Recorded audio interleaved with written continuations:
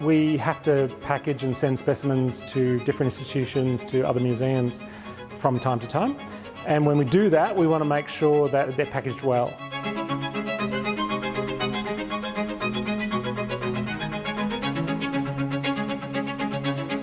We weren't surprised by the good packaging method. That worked really well and the specimens came through unscathed.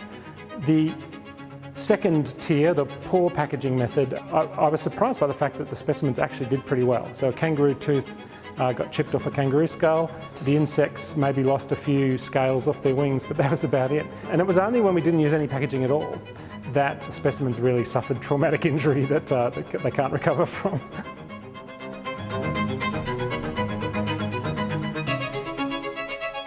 We just threw it off the building once, which sounds dramatic, but a package specimens in a box would need to travel maybe 2,000 kilometres across country, in and out of trucks, bouncing along roads, being crushed by other packages in that mail delivery. So yes, one throw off the top of a building is probably not as much as it's going to go through if it was being sent across country.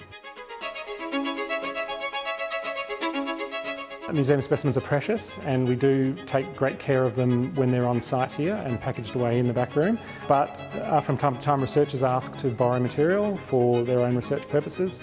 Museums loan specimens between one another or make permanent loans where you send a specimen to a museum that they're looking for and they send us something in return. So material is being moved around, and the value of a museum collection is that it can be shared with the public, both the research public and the general public. So if it just sits in the back room, yeah, it remains totally safe, but it doesn't fulfil the purpose of the museum. Really rewarding though to find out, how the different methods worked out. And rest assured, we only used specimens that were surplus to the collection. We didn't have good collection data on them, so they were material that weren't true museum specimens in the sense of what we have here in the Natural History Museum. So they were disposable to some degree. Exploring and getting more and more passionate about what I want to do.